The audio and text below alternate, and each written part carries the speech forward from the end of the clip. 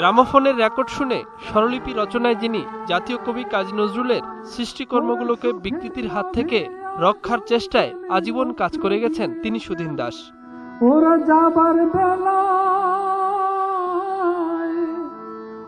যাবার বেলায় আপন চোখের আধার মুছে গেল না। ঠিক তেমনি ভাবে বাংলা গানের সঙ্গীত কোষ রচনা করে শক্ত ভিতের উপর দাঁড় করিয়েছেন সঙ্গীতজ্ঞ করুণাময়ী গোস্বামী। মোর স্মৃতি তাই রেখে যায় শত গীতি। বাংলা গানের এই দুই অভিভাবকের চলে যাওয়া সাংস্কৃতিক অঙ্গনে অপূরণীয় ক্ষতি বলেই মনে করেন বিশিষ্টজনেরা। নজরুলের যে অসংখ্য নিয়ে শুরু করেছেন এবং স্বরলিপির বই বের করেছেন, সুধীন দাসের স্বরলিপিগুলো প্রকাশ করেছেন বা সুধীন দাসের পরিচালনায় যে স্বরলিপিগুলো হয়েছে সেগুলো প্রকাশ করছে, সেগুলো অবক্ষয়ের কোনো সম্ভাবনা নেই।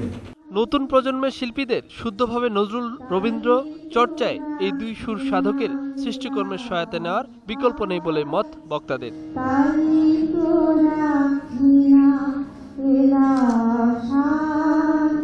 মোহাম্মদ নুরুন নবী, 21 টেলিভিশন, ঢাকা।